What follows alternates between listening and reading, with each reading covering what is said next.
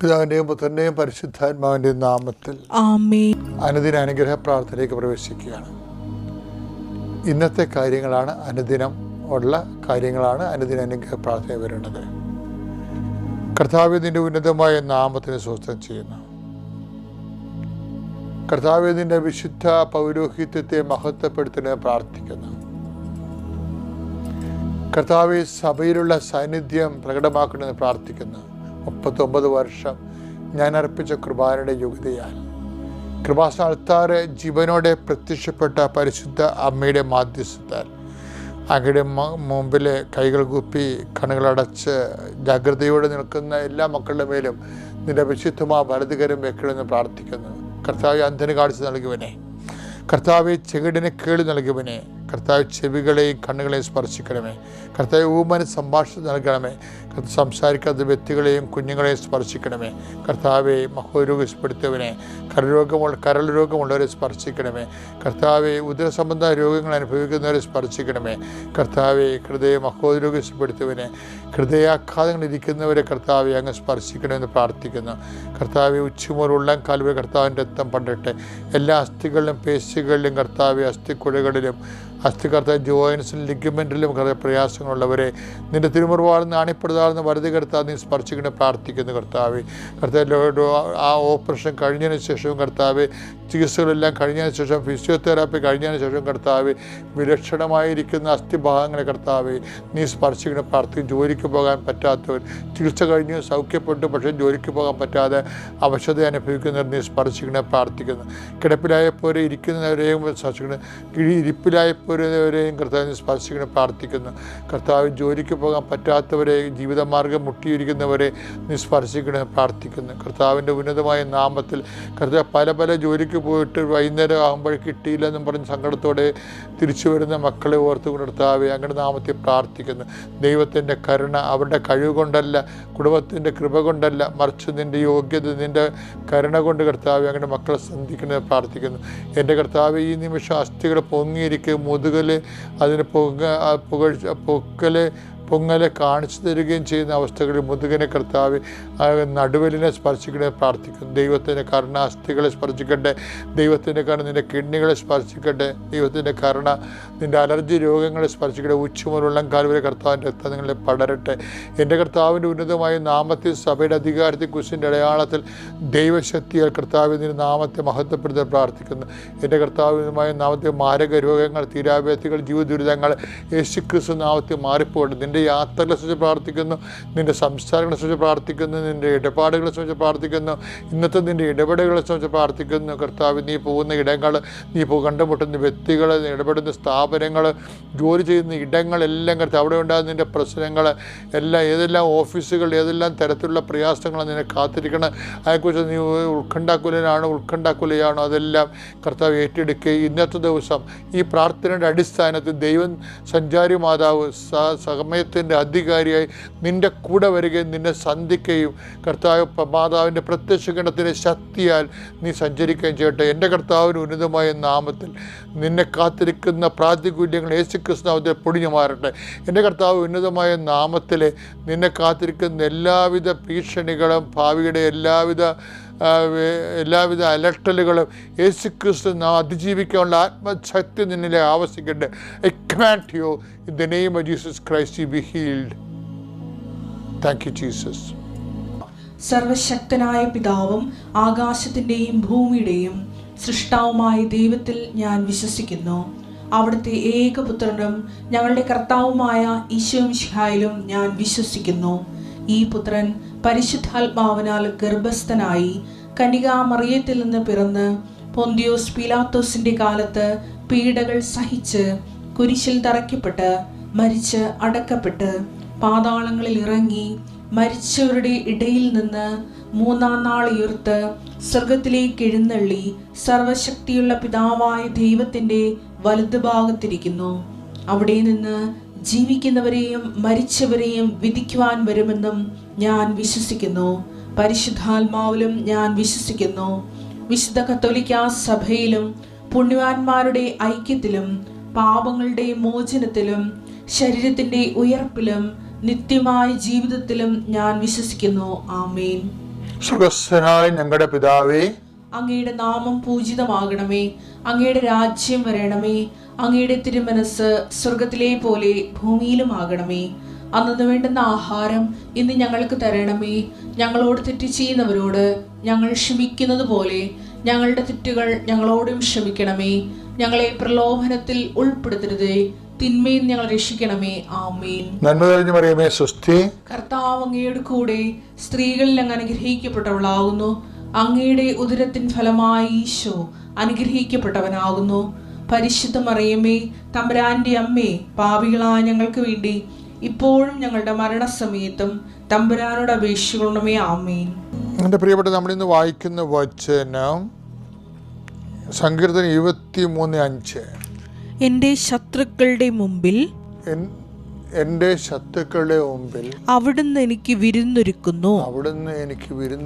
എൻ്റെ ശിരസ് തൈലം കൊണ്ട് അഭിഷേകം ചെയ്യുന്നു. എൻ്റെ പാനപാത്രം കവിഞ്ഞൊഴുകുന്നു. എന്ത് രസമാണ് ഈ വചനം കേൾക്കാൻ. അതായത് ഇപ്പം ഇത് കേട്ടോണ്ടിരിക്കുന്ന സമയത്ത് എന്താണ് ഈശോ പറഞ്ഞെന്നറിയാവോ? സങ്കീർത്തനം 23:5. ഇത് കേട്ടോണ്ടിരിക്കണം നമ്മളെ. ഞാനും കേൾക്കുന്നു, നിങ്ങളും കേൾക്കുന്നു ഒരേ സമയം. ഇപ്പോഴെൻ്റെ മനസ്സിൽ പരിശുദ്ധമായി പറഞ്ഞെന്തറിയാവോ? അതായത് ശത്രുക്കൾ കാണുകെ അവിടുന്ന് നിനക്ക് വിരുന്നൊരുക്കുന്നു. അതേസമയം തന്നെ എൻ്റെ ശിരസ് അവിടുന്ന് തൈലം കൊണ്ട് അഭിഷേചിക്കുന്നു. അതായത് ചില ശത്രുതയും, ഇപ്പം രോഗം, നമ്മുടെ രോഗം തന്നെയാണ് നമ്മുടെ ശത്രു ചിലപ്പോഴായിട്ട് വരും. പക്ഷെ രോഗമുണ്ടെങ്കിൽ നമുക്ക് നല്ല ജോലിയൊക്കെ ചെയ്യാൻ പറ്റും. അത് ആ ശത്രു കാണുമെങ്കിൽ നമുക്ക് അഭിഷേകം കിട്ടിയിട്ടാണ്. അതാ ശത്രുക്കൾ കാണുമെങ്കിൽ, അല്ലാതെ ആരും കൊണ്ടുവന്ന് തൈര് നമ്മുടെ തല ഒഴിക്കണമല്ല. അതിൻ്റെ ഒരു ഭൗതിക സാഹചര്യം അതാണെങ്കിൽ പോലും ആത്മീയ സാഹചര്യം എന്ന് പറയുന്നത് ഓരോ പ്രഭാതത്തിലും പുതിയ സ്നേഹത്താൽ ഞാൻ നിന്നെ അഭിഷേകം ചെയ്യുമെന്ന് പറഞ്ഞത്. നിങ്ങളിപ്പോൾ ഇപ്പോൾ ഭർത്താവിന് അസുഖമുണ്ടെന്ന് വിചാരിച്ചോ, അപ്പോൾ ആ ഭർത്താവിനൊരു ഓപ്പറേഷൻ വരാൻ പോകുന്നു, അതിൻ്റെ പണമില്ലെങ്കിൽ എന്നെ എങ്ങനെ കണ്ടെത്തുമെന്നുള്ള ഉത്കണ്ഠതിനൊക്കെ ഉണ്ട്. അപ്പോൾ അത് നമുക്ക് നെഗറ്റീവ് ഫോഴ്സ് എന്നാണ് അതിൻ്റെ അർത്ഥം. അല്ല വടിതടി ആയുധങ്ങളായിട്ട് നമ്മളെ ആക്രമിക്കാൻ വരുന്നവർ മാത്രമല്ല, നമ്മളെ അലവസരപ്പെടുത്തുന്ന എല്ലാ സാഹചര്യങ്ങളും നമ്മുടെ ഒരു നെഗറ്റീവ് ഫോഴ്സാണ് ശരിക്കും. ഈ നെഗറ്റീവ് ഫോഴ്സ് നമ്മൾ നിൽക്കുമ്പോൾ തന്നെ, ഡെമോക്രസിൻ്റെ വാള് പോലെ നമ്മുടെ മുകളിൽ തൂങ്ങുമ്പോൾ തന്നെ കർത്താവ് അതിൻ്റെ ആവിയും പുകയും അറിയിക്കാതെ നമ്മളെ അഭിഷേകം തരും. അതിനെ അതിജീവിക്കാനുള്ള അഭിഷേകം തരും. ചില ആൾക്കാർ പറയില്ല, അച്ഛാ എനിക്ക് ശരിക്കും പറഞ്ഞു കഴിഞ്ഞാൽ എല്ലാവരും പറഞ്ഞത്, അയ്യോ നീ എങ്ങനെ ജീവിക്കണമെന്ന് ഞാൻ ഓർത്തു പോകുന്നു. പക്ഷെ എനിക്കൊന്നും ഫീൽ ചെയ്യണില്ല അച്ഛാ. അതായത് എന്താ കാര്യം? ഇവർക്ക് ആ ഒരു സാഹചര്യം മറ്റുള്ളവർ കാണുമ്പോൾ ഭയങ്കരമായിട്ട് അവർക്ക് പകപ്പുണ്ട്. പക്ഷെ നമ്മൾക്ക് ആന്തരികമായിട്ട് ഒരു സൗഖ്യമാണുള്ളത്. എന്താണ്? അതിനാണ് ശത്രുക്കൾ കാണുകയെ അത് ദൈവത്തിൽ നിന്ന് നമുക്ക് ലഭിക്കേണ്ടതാണ് ശരിക്കും. അപ്പോൾ ദൈവത്തിൽ നിന്ന് നമുക്ക് ഒത്തിരിയേറെ അനുഗ്രഹങ്ങളുടെ കൂട്ടത്തിലെ ഒരു സംഭവം എന്ന് വെച്ച് കഴിഞ്ഞാൽ, പ്രതികൂല സാഹചര്യങ്ങൾ. ഇപ്പം നമുക്ക് ജോലിയില്ല, നമ്മൾക്ക് എല്ലാവരും നമ്മൾ ചോദിക്കണേ കല്യാണം കെട്ടിയോ, കല്യാണം കെട്ടണില്ലേ? അപ്പം നമുക്ക് 35 വയസ്സുണ്ട്, എല്ലാവരും നമ്മൾ ചോദിക്കുന്നുണ്ട് എന്താണ് ഇങ്ങനെ നിൽക്കണത് എന്നൊക്കെ ചോദിക്കുമ്പോൾ മറ്റുള്ളവർക്ക് ഒരു പ്രയാസം. പക്ഷേ നിനക്ക് 35 വയസ്സുണ്ട്, ചില ആൾക്കാർക്ക് 25 വയസ്സേ ഉള്ളൂ. 25 വയസ്സുള്ളവർക്ക് കല്യാണം കെട്ടിയില്ലെങ്കിൽ അവർക്ക് കണ്ട് ആത്മഹത്യ ചെയ്യാൻ പോണ പോലെ ഉള്ള പ്രയാസമുണ്ട്. 35 വയസ്സുള്ള നിനക്ക് ആ പ്രയാസം ഇല്ല. അതിൻ്റെ അർത്ഥം ശത്രുക്കൾ കാണുകയും അവിടെ നിന്നെ അഭിഷേകം ചെയ്തിരിക്കുകയാണ്. കർത്താവിൻ്റെ കാലമാകുമ്പോൾ കർത്താവ് നിന്നെ ക്രമീകരിക്കുമെന്നുള്ള ആന്തരിക അഭിഷേകമാണ്. അപ്പോൾ അതുകൊണ്ട് എപ്പോഴും നമ്മൾ ശ്രദ്ധിക്കേണ്ട ഇതാണ്, കർത്താവിൽ നിന്ന് നമ്മൾ അനുഗ്രഹത്തിന് വേണ്ടി ചോദിക്കുമ്പോൾ കർത്താവ് നമുക്ക് ചിലപ്പോൾ അഭിഷേകമാണ് തരേണ്ടത്. അതായത് ചില കാര്യങ്ങൾക്ക് സമയമെടുക്കുമെന്നുണ്ടെങ്കിൽ അതിനുള്ള ആന്തരിക സമാന്തരമായ അഭിഷേകം നമുക്ക് തരും. നീ അഗ്നിയിലൂടെ നടക്കുമെന്ന് പറഞ്ഞിട്ടില്ലേ? നടക്കലെന്ന് കർത്താവ് പറഞ്ഞില്ല, പക്ഷേ അഗ്നി നിന്നെ പൊള്ളിക്കില്ലെന്ന് പറഞ്ഞിട്ടുണ്ട്. അതാണ് യെശയ്യാ 4:43-2 അത് അഗ്നിയിലൂടെ നടക്കുമ്പോഴും അഗ്നിയുടെ പൊള്ളലനുഭവിക്കാത്ത രീതി നടത്താൻ കർത്താവ് നിന്നെ അറിയാം. ഇപ്പം ചിലർ ഭർത്താവ് മരിച്ചു, 2 പെൺകുഞ്ഞുങ്ങളുമായി എല്ലാവരും ചോദിക്കും, എടി എങ്ങനെ വളർത്തുപടി, ഭയങ്കര സങ്കടം തോന്നുന്നത് നിന്നെ കണ്ടത്. ഇത് നാട്ടുഭാഷയെ പറയും. പക്ഷേ ഇവർക്കതൊന്നും ഫീൽ ചെയ്യണില്ല. എന്താ കാര്യം? അവർക്ക് ആന്തരികമായ ആ ശത്രുക്കൾ കാണുകയും അവരുടെ ജീവിതം തന്നെയാണ്, ഭാവി തന്നെയാണ് ശത്രുവിനെ പോലെ അവൾ നോക്കണത്. പക്ഷേ അവർ ആ ഭാവി ഇവളെ തുറച്ചു നോക്കുമ്പോൾ തന്നെ അവൾക്ക് അതിനെ അതിജീവിക്കാനുള്ള അഭിഷേകം കൊടുത്തിരിക്കുന്ന കർത്താവ് ശത്രുക്കൾ കാണുകയും. അപ്പോൾ നിങ്ങൾ എപ്പോഴും ചോദിക്കേണ്ട അനുഗ്രഹം മാത്രമല്ല, ഇടയ്ക്കൊക്കെ ഒന്ന് അഭിഷേകം ചോദിക്കണം. കർത്താവ്, ഈ സാഹചര്യം ക്യാഷ് ആൻഡ് കൈൻഡായിട്ട് നീ എനിക്ക് അതിൻ്റെ തനത് ആശ്വാസം സമാശ്വാസം തരുന്നത് വരെ എനിക്ക് പിടിച്ചു നിൽക്കാനുള്ള ആന്തരിക ശക്തി അതിന് അഭിഷേകം ചെയ്ത് പ്രാർത്ഥിക്കണം. കാര്യം പല ആൾക്കാരും നിരാശരും കംപ്ലൈൻറ്റ് ചെയ്യുന്ന ഒരു അഭിഷേകം കിട്ടാത്തത് കൊണ്ടാണ് അങ്ങനെ സംഭവിക്കുന്നത്. അപ്പോൾ ഞാൻ എന്താ പറയണത് വെച്ചാൽ, ഈ സങ്കീർത്തനത്തിനെ ഇപ്പം ഇസ്രയേലിലെ ഒരു ഭൗതിക സാഹചര്യത്തിൽ നിന്ന് രാഷ്ട്രീയ സാഹചര്യവും ഉണ്ടാവും. അവരാരെങ്കിലും ശത്രുക്കൾ തമ്മിൽ കണ്ടുമുട്ടി വെട്ടാനോ കൊല്ലാനോ ഓടിച്ചിട്ട് കഴിഞ്ഞാൽ ആ മനുഷ്യൻ, ഈ ഇര എന്ന് പറയുന്ന ആൾ ഈ വേട്ടക്കാരൻ്റെ മുമ്പേ ഓടിയിട്ട് ഏതെങ്കിലും വീട്ടിൽ കയറും. വീട്ടിൽ കയറി കഴിഞ്ഞാൽ അതിൻ്റെ കൾച്ചർ ഹിസ്റ്ററി അനുസരിച്ച് എന്താ പറയണമെന്ന് വെച്ച് കഴിഞ്ഞാൽ, ആ വീട്ടുകാരൻ ഒരു ഗ്ലാസ് വൈൻ എടുത്ത് കൊടുക്കും. ഈ വൈന് പിന്നെ അടുത്തായിട്ട് ഈ വൈൻ ആ കുടിച്ച് മുത്തിക്കഴിഞ്ഞാൽ പിന്നെ അത് തീരാനാകുമ്പോൾ ആ വൈൻ തീർന്നു കഴിഞ്ഞാൽ ഈ പുറത്ത് കാത്തു നിൽക്കുന്ന അകത്ത് കയറി വെട്ടാൻ പറ്റും. പക്ഷെ അതിൻ്റെ നിയമം അനുസരിച്ച്, കൾച്ചർ അനുസരിച്ചിട്ട് വൈൻ തീരാതിരിക്കാൻ വേണ്ടി ഇയാൾ വീണ്ടും വീണ്ടും ഒഴിച്ചു കൊടുക്കും. ഇയാൾ സിബ് ചെയ്യും, 2-3 തുള്ളി ഇറക്കി കഴിഞ്ഞാൽ വീണ്ടും 2-3 തുള്ളി ഒഴിച്ചു കൊടുക്കും. എന്താണെന്ന് അറിയാമോ? ഇത് കുടിച്ച് തീർക്കണ വരെ ശത്രുവിന് ഇയാളെ തുടങ്ങാൻ പറ്റത്തില്ല. അതിനുള്ളിൽ ഈ വീട്ടുകാരൻ പുറത്ത് ചെന്ന് അവന് നിരതദ്രവ്യം കൊടുത്തിട്ട് അവനെ പറഞ്ഞു വിടും. അതാണ് ദൈവം നമ്മോട് ചെയ്യണമെന്നാണ് പറയണത്. ശത്രുക്കൾ കാണുകയും അവിടുന്ന് എനിക്ക് വിരുന്നൊരുക്കണത്. എൻ്റെ പാനപാത്രം കവിഞ്ഞൊഴുകുന്ന കണ്ട. എന്നുവെച്ചാൽ പാനപാത്രം ഒരു 3-4 സിപ്പ് എടുത്ത് കഴിയുമ്പോൾ കുറയത്തില്ലേ, ഉടനെ അതിൽ നിന്ന് ഒഴിച്ചു കൊടുക്കും. അപ്പം ഇങ്ങനെ കവിഞ്ഞൊഴുകും. അത് എന്ത് രസമാണ് കേൾക്കാൻ. അതായത് ഈ ദൈവവചനത്തിൻ്റെ ഒരു കൾച്ചറൽ ഹിസ്റ്റോറിക്കൽ ബാക്ക്ഗ്രൗണ്ടുണ്ട്. അത് ദൈവ അനുഭവമായിട്ട് കണക്കാക്കുമ്പോഴാണ് അത് ബയോളജിക്കലായിട്ടുള്ള ഒരു ഗ്രേസ് സോഴ്സായിട്ട്, കൃപയുടെ ഒരു ഉത്ഭവസ്ഥാനമായിട്ട് മാറണത്. അപ്പം അതുകൊണ്ട് കർത്താവിൻ്റെ വചനങ്ങളെല്ലാം ആധ്യാത്മിക അനുഭവങ്ങളിൽ നിന്ന് ഉരുത്തിരിഞ്ഞ് വന്നിട്ടുള്ളതാണ്. ഇപ്പോൾ അതുപോലെ തന്നെ എൻ്റെ പാനപാത്രം കവിഞ്ഞൊഴുകുകയാണ്. ഇതുപോലെ തന്നെയാണ് നീ. എന്നിട്ട് പറയും, ഞാൻ നിൻ്റെ ശത്രുക്കളെ നിൻ്റെ പാദപിടമാക്കോളും, നീ എൻ്റെ വലതുവശത്തിരിക്കാൻ പറയും. എന്താണ് നമ്മൾ ചെയ്യേണ്ടത്? എന്താണ്? കർത്താവിൻ്റെ വചനം കേട്ട് കർത്താവിൻ്റെ വചനങ്ങൾ പാലിച്ചുകൊണ്ട് വിശുദ്ധിയോടെ ജീവിക്കാൻ നോക്കണം. അല്ല ശത്രുക്കൾ വരുമ്പോൾ വേറെ ശത്രുക്കൾ ഉണ്ടാക്കി നമ്മളെവിടെയെങ്കിലും, ചില ആൾക്കാരുണ്ടല്ലോ ചില പാർട്ടിക്കാർ ചെല്ലുമ്പോൾ അതിനേക്കാൾ കാവാലികരായ മറ്റു പാർട്ടിക്കാരിൽ പോയി അവർ അംഗത്വം എടുക്കും. അത് എവിടെ അതൊന്നും പിന്നെ പുതിയ കർത്താവ് വാളെടുക്കുന്ന വളരെ പുതിയ വാള് സൃഷ്ടിക്കാനേ ഉള്ളു. പക്ഷേ നീ കർത്താവിലേക്ക് തിരിച്ചു വന്നു കഴിഞ്ഞാൽ എല്ലാം സ്റ്റോപ്പാകും. എന്താ കാര്യം? കർത്താവ് നിന്നെ സന്ധിക്കുകയും ചെയ്യും. നിൻ്റെ ജീവിതം ദൈവത്തിൻ്റെ കൃപയിൽ നിറയുകയും ചെയ്യും. അതാണ് ബൈബിളിൻ്റെ ഒരു ഫോർമുല എന്ന് പറയണത്. ഞാൻ പറയണത്, എന്തെങ്കിലും ശത്രുക്കളുണ്ടെങ്കിലേ അത് വീടാകാം, ഒരു ഇല്ലായ്മയാകാം, വല്ലായ്മയാകാം, ഭീഷണിയാകാം, മറ്റുള്ളവരിൽ നിന്ന് അപമാനകരമായ അനുഭവം ഉണ്ടാകുന്നതാകാം, അല്ലെങ്കിൽ നിന്നെ കള്ളക്കേസ് കൊടുക്കുന്നവരാകാം. ആരോ നിനക്ക് സങ്കടം തരുന്നതെല്ലാം പലപ്പോഴും എതിർപക്ഷം നിൽക്കുന്നവരാണ്. അവർ കാണുകയും വിരുന്നൊരുക്കാൻ കഴിവുള്ള കർത്താവിൻ്റെ മുമ്പിലാണ് നീ നിൽക്കുന്നത്. അതുകൊണ്ട് തന്നെ നീ എപ്പോഴും ദൈവത്തിൻ്റെ വലതുവശത്തായിരിക്കാൻ നോക്കണം. വചനം വായിക്കണം, വചനം പാലിക്കണം. അതിനാണ് ഉടമ്പടി എന്ന് കൃപാസനത്തിൽ എപ്പോഴും ആൾക്കാർ പറയണതും ചെയ്യണതും. ദൈവത്തിൻ്റെ ശത്രുക്കളുടെ കാലഘട്ടത്തിൽ ദൈവത്തിൻ്റെ വലതുവശത്തിരുന്ന് നിൽക്കുകയാണ്. അത് അപ്പോൾ ബാക്കിയുള്ള കൈകാര്യം ചെയ്യണം ദൈവമാണ്. അപ്പം നമ്മുടെ ഈ വിഷയം ദൈവത്തിന് ഏൽപ്പിച്ചുകൊണ്ട് ഇന്നത്തെ ദിവസം എന്തെല്ലാം വിഷയം ഉണ്ടായാലും നീ ദൈവത്തിൻ്റെ വലത് ഭാഗം നിൽക്കുക. കർത്താവ് നിൻ്റെ പാനപാത്രം കവിഞ്ഞൊഴുകുന്ന പോലെ അത് വറ്റിപ്പോകാതിരിക്കാൻ വേണ്ടി കർത്താവ് നിനക്ക് കൃപ ഒഴിച്ചു തന്നുകൊണ്ടേയിരിക്കും. തൻ്റെ സ്നേഹത്തെ നിറച്ചു തന്നുകൊണ്ടേയിരിക്കും. ദൈവം നിന്നെ അനുഗ്രഹിക്കട്ടെ. Praise the Lord. എന്നെ ഏറ്റവും കൂടുതൽ സന്തോഷിപ്പിക്കുന്ന ഒരു വാക്ക് എന്താണെന്നറിയാവോ? കർത്താവിൻ്റെ 6:33 മത്തായിയുടെ സുവിശേഷം എന്താ പറയണത്? ഇതൊക്കെ നിങ്ങൾക്ക് ആവശ്യമാണെന്ന് എൻ്റെ സ്വർഗസ്ഥനായ പിതാവിനെ അറിയാം. അപ്പം ഇതൊക്കെ നിങ്ങൾക്ക് ആവശ്യമാണെന്ന് എൻ്റെ എന്ന് പറഞ്ഞ ഇതൊക്കെ നിങ്ങൾക്ക് ആവശ്യമാണെന്ന് എൻ്റെ സ്വർഗസ്ഥനായ പിതാവിന് അറിയാം. നമ്മുടെ ആവശ്യങ്ങളെല്ലാം ആർക്കറിയാവുന്നതാണ്? സ്വർഗസ്ഥനായ പിതാവിന് അറിയാം. ഈശോയ്ക്ക് മാത്രമല്ല കേട്ടോ.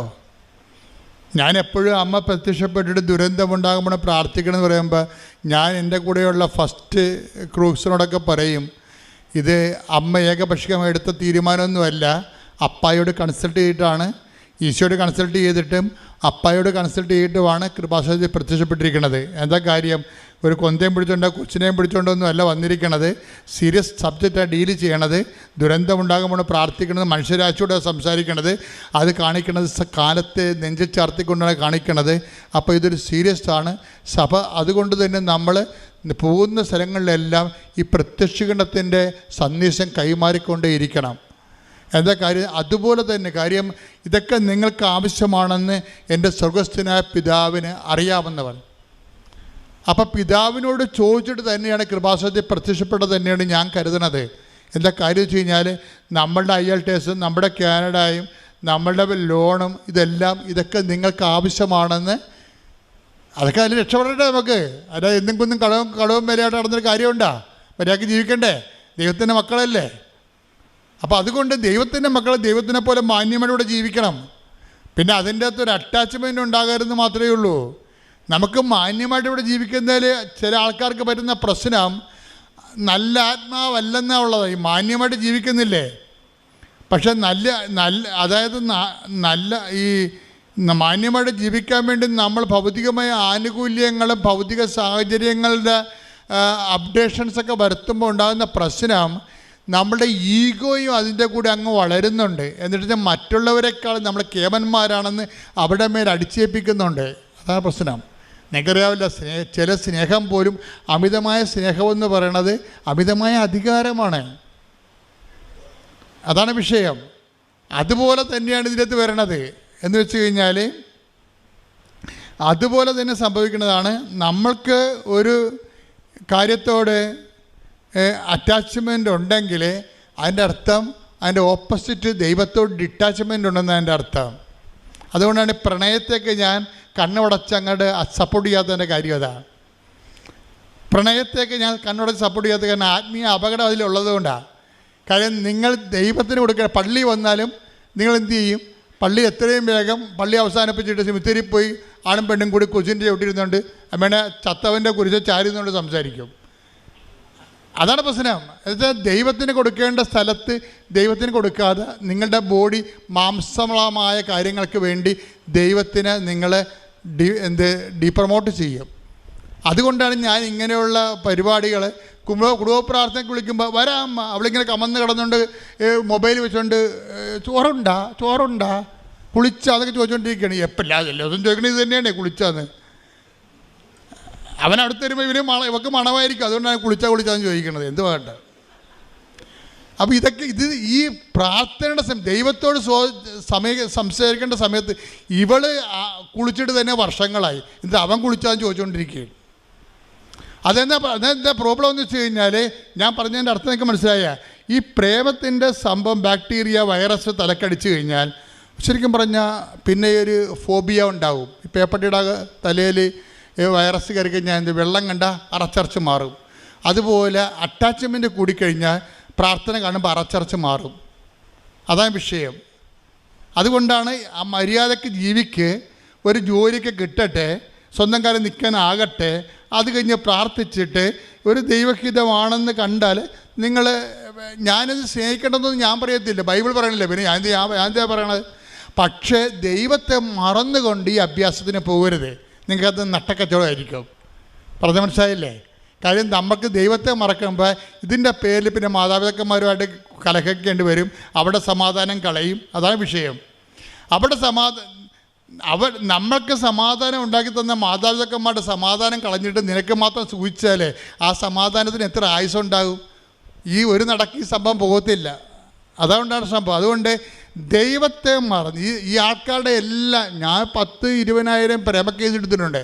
ഈ അണ്ണന്മാരുടെ എല്ലാത്തിൻ്റെയും പ്രശ്നം എന്താണെന്ന് വെച്ച് കഴിഞ്ഞാൽ ഇവരാദ്യം മറക്കണത് ദൈവത്തെ, പിന്നെ മറക്കണത് അത് ഒരാളെ ഒരു കക്ഷിയെ കിട്ടാൻ കഴിഞ്ഞാൽ പിന്നെ എന്ത് പറ്റിയും കർത്താവ് പറയും, എന്നോട് കൂടി ശേഖരിക്കാത്തവൻ ചിതറിച്ച് കളയണമെന്ന് കർത്താവ് പറഞ്ഞില്ലേ? അപ്പം ഈ പെണ്ണിനെ അടിച്ച് മാറ്റിയിരിക്കണത് ആണിനെ അടിച്ച് മാറ്റിയിരിക്കണത് കർത്താവിനോട് ആലോചിക്കാതെയാണെന്ന് മനസ്സിലായത് കൊണ്ടാണ് രാവിലെ ഒരുത്തിനെ സ്നേഹിക്കും, ഉച്ചയ്ക്ക് വേറെ ഒരുത്തിനെ സ്നേഹിക്കും, വൈകുന്നേരം ഒരുത്തിനെ, ഈ 3 പേരും കൂടി ഒരുമിച്ച് കണ്ടെത്തുന്ന കാര്യത്തിൽ ഇവൻ്റെ കാര്യത്തിൽ തീരുമാനമാകും. എന്താ ചിതറിപ്പോയി. എത്ര ഡൈവേഴ്സുകൾ ഉണ്ടായിരിക്കണത് ഈ ചിതറിപ്പോയതാണ് കാര്യം. എന്നോട് കൂടെ ശേഖരിക്കാത്തവൻ ചിതറിച്ച് കളയുന്നു. അല്ലെങ്കിൽ നിങ്ങളെ ഞാൻ അറേഞ്ച്ഡ് പേരും പറ്റിയ മഹത്വമൊന്നും പറയണില്ല. ഞാൻ പറയണ ഇത്രയേ ഉള്ളൂ, നിങ്ങളുടെ സ്നേഹം വിശുദ്ധമാകണം. നല്ല ആത്മാവെന്ന് പറയണില്ലേ? നല്ല ആത്മാവെന്ന് പറഞ്ഞാൽ ദൈവത്തെ കക്ഷി ചേർക്കണം. ദൈവത്തിൻ്റെ ആത്മാവെന്ന് വരുമ്പോൾ എന്തുകൊണ്ടാണ് ഈ സങ്കീർത്തനം നല്ല ആത്മാവെന്ന് പറയണത്? ദൈവത്തിൻ്റെ ആത്മാവ് മാത്രമേ നല്ല ആത്മാവുള്ളൂ. ബാക്കിയെല്ലാം ആത്മാവിൽ ദൈവത്തേക്കാൾ പ്രാധാന്യം സ്വന്തമായ താല്പര്യങ്ങൾക്കും സുഖങ്ങൾക്കുമായിരിക്കും. അത് നല്ല ആത്മാവല്ല. That is attached this world. ദൈവത്തെ അറ്റാച്ച് ചെയ്യുമ്പോൾ, ദൈവത്തോട് അറ്റാച്ച് ചെയ്യാത്ത കൊണ്ട് തന്നെ അതിൻ്റെ അകത്ത് നന്മ പോകും. അതുകൊണ്ടാണ് ദൈവം മാത്രമേ നല്ലവനുള്ള നീശ പറയത്തില്ലേ? Take the bed of God. ശ്രദ്ധിക്കടാ. ഹല്ലേലൂയ ഹല്ലേലൂയ ഹല്ലേലൂയ ഹല്ലേലൂയ യേശുവേ നന്ദി. ഹല്ലേലൂയ ഹല്ലേലൂയ ഹല്ലേലൂയ ഹല്ലേലൂയ. പരിശുദ്ധ പരിശുദ്ധ പരമദിവ്യകാരുണ്യത്തിന് ആരാധനയും സ്തുതിയും പുകഴ്ചയും. പരിശുദ്ധ പരമദിവ്യകാരുണ്യത്തിന് ആരാധനയും സ്തുതിയും പുകഴ്ചയും. ഇപ്പോൾ നമ്മൾ സംസാരിക്കുന്ന വിഷയം എന്ന് പറയുന്നത് ഉടമ്പടിയിലൂടെ നമ്മളൊരു ബയലാറ്ററൽ എഗ്രിമെൻ്റ് ചെയ്യണം. എന്ന് വെച്ചാൽ നമ്മൾ ദൈവമായിട്ട് അറ്റാച്ച് ചെയ്യണം. ജീവിതം അറ്റാച്ച് ചെയ്യണമെന്ന് വെച്ച് കഴിഞ്ഞാൽ അടുപ്പിക്കുക ദൈവമായിട്ട്. ദൈവത്തിന് ഫസ്റ്റ് റെഫറൻസ് കൊടുക്കുകയാണ്. ഫസ്റ്റ് റെഫറൻസ് കൊടുത്തു കഴിഞ്ഞാൽ പിന്നെ ഉള്ള പ്രശ്നം എന്ന് വെച്ച് കഴിഞ്ഞാൽ, ഇപ്പം നിങ്ങൾ എൻ്റെ മുറിയിൽ അങ്ങനെ ഞാൻ ആരെയും കയറ്റാറില്ല. അല്ലേക്കുള്ള എൻ്റെ ക്രൂസ് വളരെ എൻ്റെ പ്രോജക്റ്റ് ചെയ്യുന്നവരായിരിക്കണം. എനിക്ക് അവരോട് ഡിസ്കഷൻ ചെയ്യാനുള്ള എന്തെങ്കിലും സീരിയസ് സബ്ജക്റ്റ് ഉണ്ടാകണം. അല്ലാത്തൊരു തരം ചില സമയത്ത് വല്ലവരുടെ കൂടെ ആരെങ്കിലുമൊക്കെ കയറി വരും. വേറെ ചില പ്രധാനപ്പെട്ട കക്ഷികൾ ചില സീരിയസ് ടോക്കുകൾ നടത്താൻ വേണ്ടി വരുമ്പോൾ, മര്യാദ ഉള്ളവരാണെങ്കിൽ ഫോൺ വരുമ്പോൾ അവർ അച്ഛാ ഇത് സീരിയസ് ഫോണാണ്, ഞാൻ ഇന്ന് എടുത്തോട്ടെ എന്ന് ചോദിച്ചിട്ട് പുറത്തോട്ട് പോകും. ചില ആൾക്കാർ അവിടെ ഇരുന്ന് ഫോൺ ചെയ്യും എൻ്റെ മുമ്പിലിരുന്ന്. പിന്നെ അവരുടെ കാര്യത്തിൽ തീരുമാനമാകും. പിന്നെ എന്താണ്, ഞാൻ 5 മിനിറ്റുള്ള ചാപ്റ്റർ ക്ലോസ് ചെയ്യും, അയാളെ പുറത്താക്കും. എന്താ കാര്യം? അയാൾ എൻ്റെ അടുത്ത് ഇരുന്നുകൊണ്ട് വേറെ ആൾക്കാരെ വിളിക്കുകയാണ്. ഇതുപോലെയാണ് പ്രാർത്ഥനയുടെ വിഷയം. പ്രാർത്ഥനയിൽ നിങ്ങൾ നിൽക്കുമ്പോൾ അതിനകത്ത് നിന്നുകൊണ്ട് പ്രാർത്ഥനയേക്കാൾ ദൈവത്തേക്കാൾ പ്രാധാന്യമുള്ള വേറെ വിഷയങ്ങൾ നിങ്ങൾ 1ാം സ്ഥാനം കൊടുത്തു കഴിഞ്ഞാൽ ഉടമ്പടി നിങ്ങളുടെ ഉടായ്പാവും. അത് ഭയങ്കര സീരിയസ് വിഷയമാണ്. ഭയങ്കര, അതായത് ഇത് ഞാനായിട്ട് ഉണ്ടാക്കിയൊന്നുമല്ല കേട്ടാ. ഈ പ്രശ്നം നമുക്കുള്ളത് കാരണമാണ് കൽപ്പന എഴുതിയപ്പോഴും പറഞ്ഞു, നിൻ്റെ കർത്താവ് ദൈവം ഞാനാകുന്നു, ഞാൻ അല്ലാതെ. അതാണ് ഈ വേറൊരു ദൈവം ഇടയ്ക്ക് കയറി വരും. അത് ലവ് അഫെയറിലും ഉണ്ടാവും. വേറെ ദൈവമായിട്ട് നിങ്ങളുടെ പ്രണയ സഖാവ് കയറി വരും. അതാണ് വിഷയം. വേറെ ദൈവമായിട്ട് തരും. കാര്യം അവനാണ് തീരുമാനിക്കുന്നത്, അല്ലെങ്കിൽ അവളാണ് തീരുമാനിക്കുന്നത് നമ്മൾ പള്ളിയിൽ പോകണോ വേണ്ടേന്ന്. പറഞ്ഞ പോലെ അതാ നമ്മൾ കുമ്പസാരിക്കണോ വേണ്ടേന്ന് തീരുമാനിക്കണ ആരാണ്? കുമ്പസാരിച്ചാൽ പിന്നെ ഇവൻ്റെ തോണ്ടലും തൊടിയിലൊന്നും നടക്കത്തില്ലാത്തതുകൊണ്ട് അവളോട് പറയും നീ കുമ്പസാരിക്കണമെന്ന് പറയും. ആ പന്നി പറയണം മാത്രമേ ഇവിടെ കേൾക്കത്തുള്ളൂ. തീർന്നില്ല, ഇവിടെ കാര്യത്തിൽ തീരുമാനമായില്ലേ? This is situations. അപ്പോൾ ഇതിൻ്റെ പ്രാക്ടിക്കൽ സൈഡ് ഒരു പക്ഷേ ദൈവത്തിന് ഗെറ്റ് ഔട്ട് അടിക്കണപ്പോൾ അതാണ്. അതുകൊണ്ട് തന്നെ ഉടമ്പടിയിലുള്ള മക്കൾ വളരെ സൂക്ഷിച്ച് വേണം ഇക്കാലങ്ങളിൽ. നിനക്ക് ഫ്രെയിം ഓഫ് റെഫറൻസിൽ ഫസ്റ്റ് റെഫറൻസ് നിൻ്റെ ദൈവം തന്നെയായിരിക്കണം. പ്രാർത്ഥിക്കുക, കർത്താവായ ദൈവമേ, എൻ്റെ ജീവിതത്തിൻ്റെ എല്ലാ കാലങ്ങളിലും ദൈവത്തിൻ്റെ വചനങ്ങൾക്ക് 1ാം സ്ഥാനം കൊടുത്തുകൊണ്ട് ജീവിക്കാൻ ഉടമ്പടിയുടെ ഉത്സാഹത്തോടെ ജീവിക്കാൻ എന്നെ സഹായിക്കണമേ. ശ്രുതികട ഹല്ലേലൂയ.